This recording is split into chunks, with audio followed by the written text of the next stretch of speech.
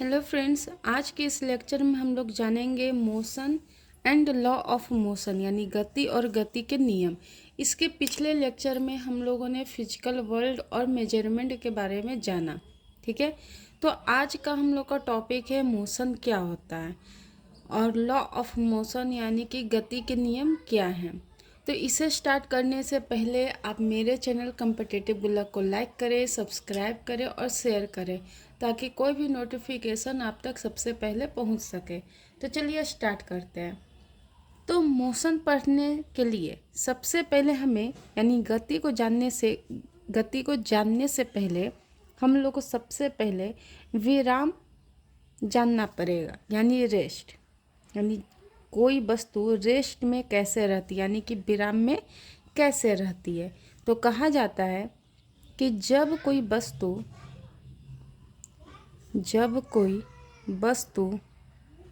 किसी स्थिर वस्तु के सापेक्ष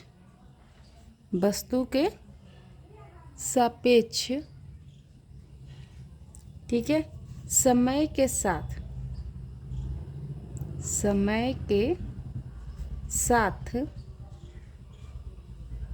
ठीक है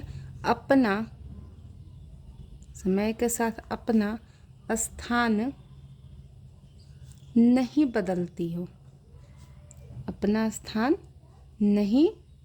बदलती हो तो वस्तु विराम में कहलाती है। तो उसमें वस्तु क्या कहलाती है? वस्तु विराम में कहलाती है यानी रेस्ट में कहलाती है। ठीक है, यानी ये जो वस्तु है ये किस में कहलाएगी? ये रेस्ट में कहलाएगी।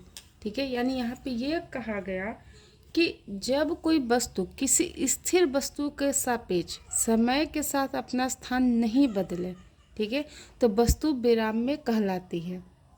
लेकिन अगर हम लोग अलग तरीके से देखें तो पृथ्वी जो है ये क्या करती है? चक्र लगाती है यानी घूर्णन करते रहती है, रोटेशन करती है, जिसके वजह से यह संभव ही नहीं है कि कोई वस्तु रेस्ट में हो।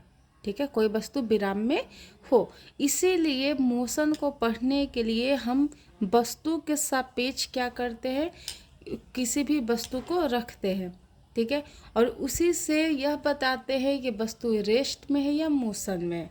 जैसे मान के चलिए कि यहाँ पे श्याम का घर है।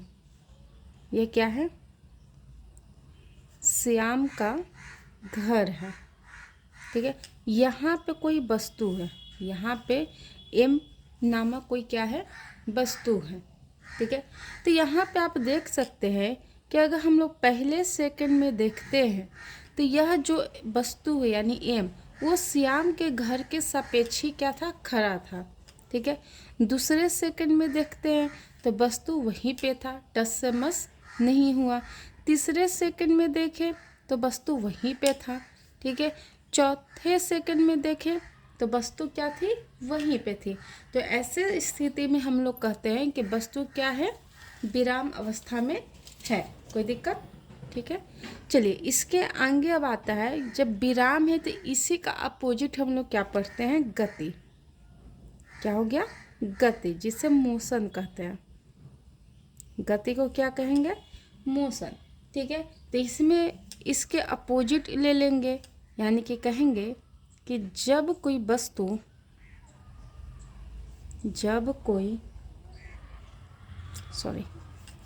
यहाँ पे मैं लिख देती हूँ, जब वस्तु किसी स्थिर वस्तु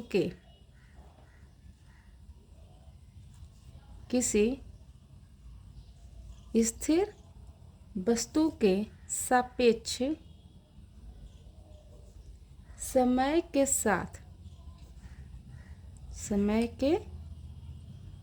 साथ अपना स्थान बदलते रहती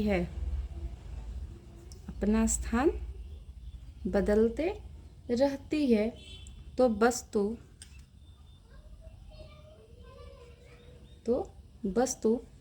गति में कहलाती है।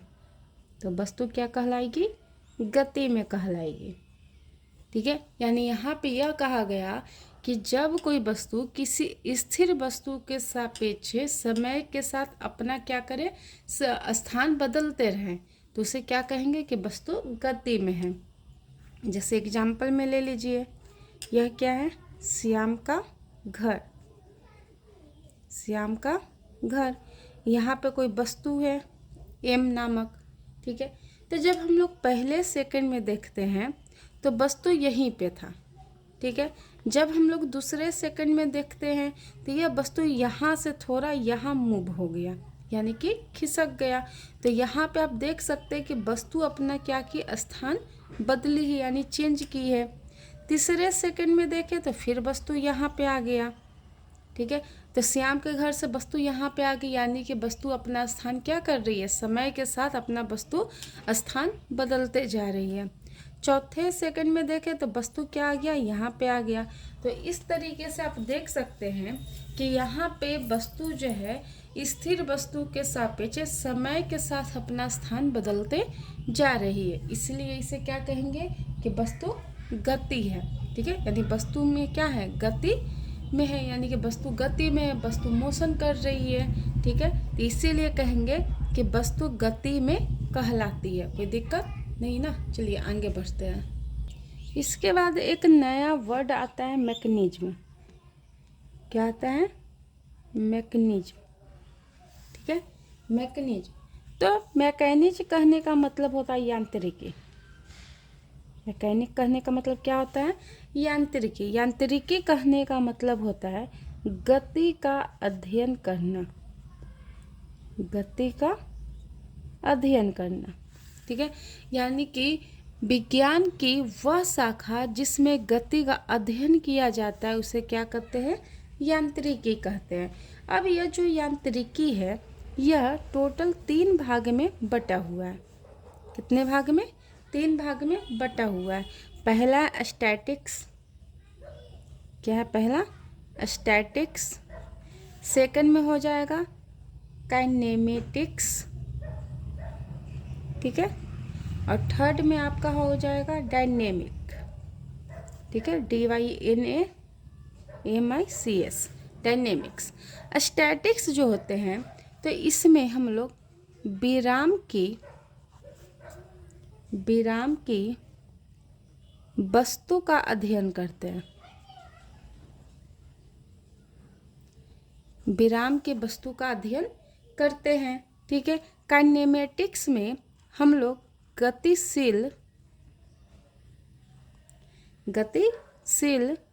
वस्तु का अध्ययन करते हैं। गतिशील वस्तु का अध्ययन करते हैं। ठीक है, और डायनेमिक्स में हम लोग किसका अध्ययन करेंगे? तो गति उत्पन्न होने वाले कारण। गति उत्पन्न होने के कारण के बारे में कहाँ पढ़ते हैं? तो डायनेमिक्स। तो गति कहाँ से उत्पन्न होगा? तो इसका एक ही कारण है, बल। यानी जब तक कोई फोर्स नहीं लगेगा तब तक गति नहीं हो सकती है। तो इसीलिए डायनेमिक्स में हम लोग क्या पढ़ते हैं? बल के बारे में पढ़ते हैं। तो मैकेनिज्म कितने प्रकार के होते हैं? 3, स्टैटिक्स, काइनेमेटिक्स और डायनेमिक्स। ठीक है, और इसमें क्या क्या अध्ययन करते हैं ये भी आपका बताया गया है। इसके बाद है कि जो गति होती है, ठीक है, जो गति है जिसे हम लोग क्या कहते हैं? मोशन। जो गति है आपका मोशन है, यह अत्यंत जटिल है। अत्यंत क्या है? जटिल तंत्र है। यानी इसे हम क्या कहते हैं? Complex system. Complex system. अब कहिएगा कैसे? तो यह जो गति है किसकी गति? तो किसकी गति होगी? वस्तु की। किसकी गति? वस्तु की। यानी कि जो वस्तु की गति होती है वो बहुत ही ज़्यादा कॉम्प्लेक्स होती है। क्यों? तो इसका रीज़न है कि एक वस्तु एक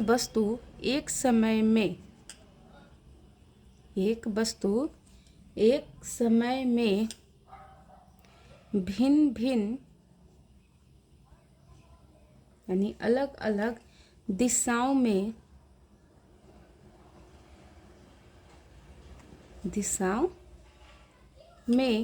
एक से अधिक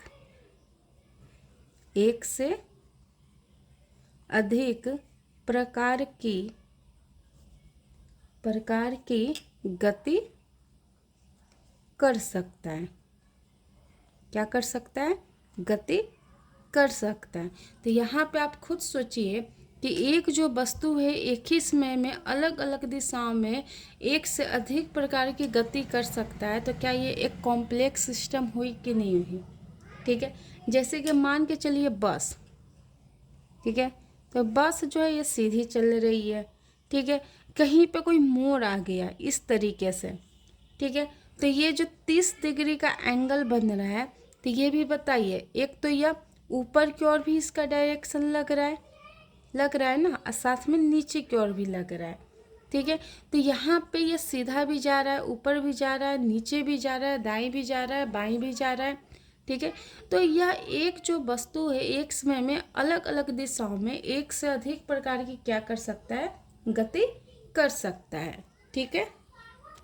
इसके बाद अगर बात करें तो ये जो गति होते हैं, ठीक है, तो ये गति त्रिविमीय भी होते हैं, यानी एक विमीय एक होते हैं, एक विमीय, जिसे वन डायमेंशनल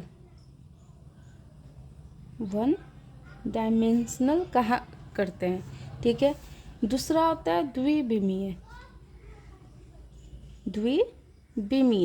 जिसे 2 डायमेंशनल कहते हैं।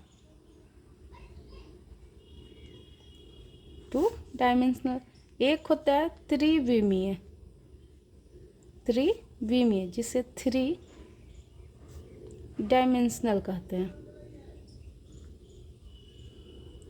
3 डायमेंशनल कहते हैं।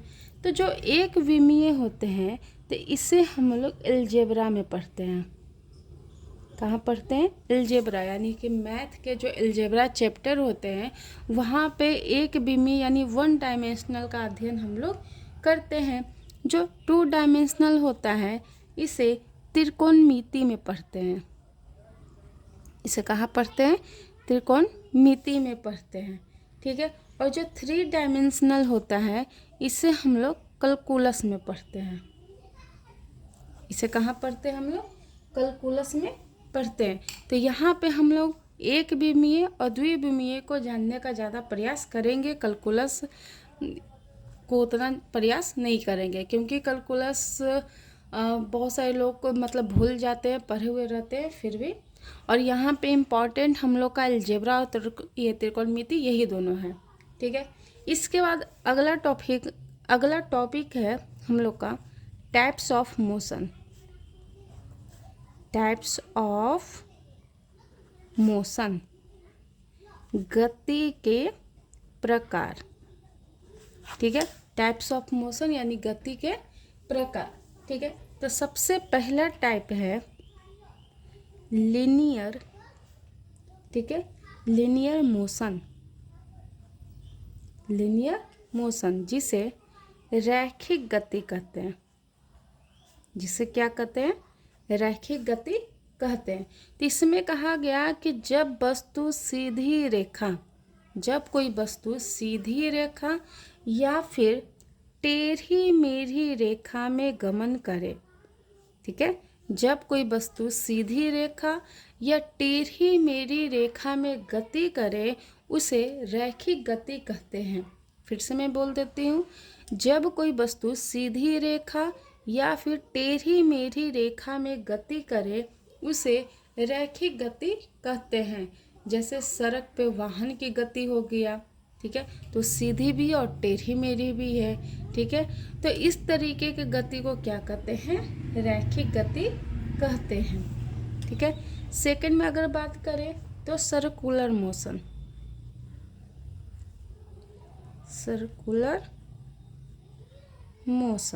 ठीक है, जिसे वृत्तीय गति कहते हैं। वृत्तीय गति, ठीक है। तो इसमें कहा गया कि जब कोई वस्तु जब कोई वस्तु वृत्ताकार या गोलाकार पथ पर गति करे उसे क्या कहते हैं? सर्कुलर मोशन कहते हैं। ठीक है, यानी कि ये वृत्तीय गति कहते हैं। ठीक है, जैसे मान के चलिए कि ये इस तरीके से क्या है? वृत्तीय गति है, तो यह सर्कुलर मोशन में क्या कर रही है? गति कर रही है। ठीक है, तो इसका एग्जाम्पल हो जाता है सड़क के मोड़। सड़क के मोड़ पे वाहन की गति, क्योंकि सड़क ऐसे क्या हो रहा है? मुड़ रहा है। ठीक है, तो आधा मुड़े या आंशिक रूप से मुड़े उसे हम क्या कहते हैं? वृत्तीय गति पे ही कहते हैं। तो सड़क के मोड़ पे गति क्या हो जाती है? वृत्तीय गति के ही उदाहरण है। ठीक है, इसमें बहुत सारे एग्जाम्पल देखने को मिलेंगे जिसमें मैं क्वेश्चन आंसर करवाऊंगी, तो उसमें सारा ऐड रहेगा। ठीक है, इसके बाद तीसरा गति है रोटेशनल मोशन। क्या है? Rotational motion. तो रोटेशनल मोशन को घूर्णन गति कहते हैं। तो यहाँ पे बोला गया कि जब वस्तु, ठीक है, जब वस्तु किसी अक्ष यानी कि एक्सिस, ठीक है, के चारों ओर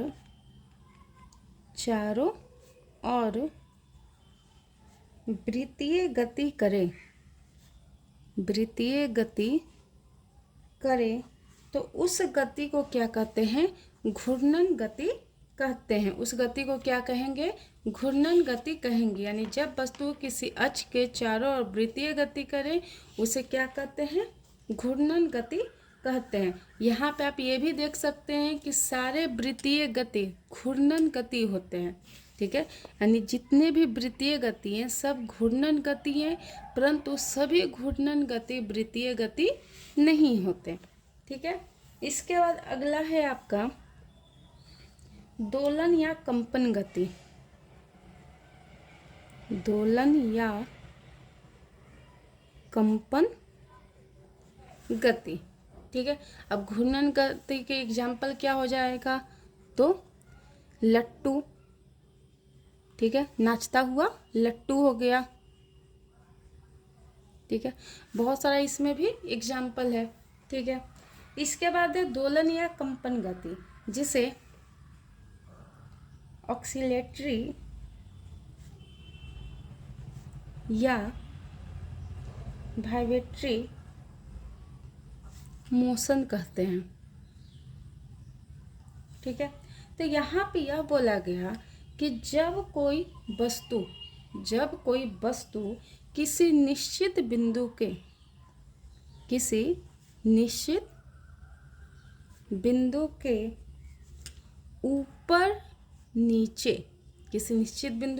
ऊपर नीचे या आगे पीछे, जब कोई वस्तु किसी निश्चित बिंदु के ऊपर नीचे या आगे पीछे गति करे उसे दोलन या कंपन गति कहते हैं। जैसे झूले की गति हो गया, पेंडुलम की गति हो गया। ठीक है, इसके बाद है अगला गति आपका पीरियोडिक मोशन।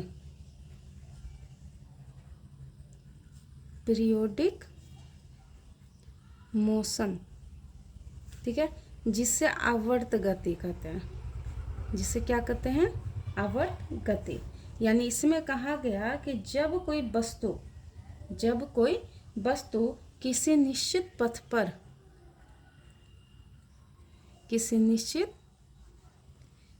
पर निश्चित समय अंतराल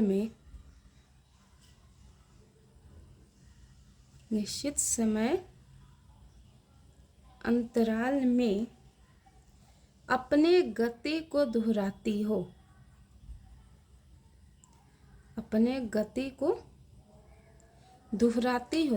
उसे आवर्त गति कहते हैं। उसे क्या कहते हैं? आवर्त गति कहते हैं। तो यहाँ भी वही चीज हो गया कि सभी दोलन गति क्या है? आवर्त गति है, लेकिन सभी आवर्त गति दोलन गति नहीं है। लेकिन आवर्त गति को पूरा करने के लिए 3 शर्तें हैं। पहला, निश्चित पथ पे उनको गति करना होगा। दूसरा निश्चित समय अंतराल में गति करना होगा, और तीसरा अपने गति को बार बार उन्हें क्या करना होगा, दोहराना होगा। ठीक है, तो आज के इस लेक्चर में यहीं तक। अगले लेक्चर में हम लोग दूरी और विस्थापन के बारे में जानने का प्रयास करेंगे। ठीक है।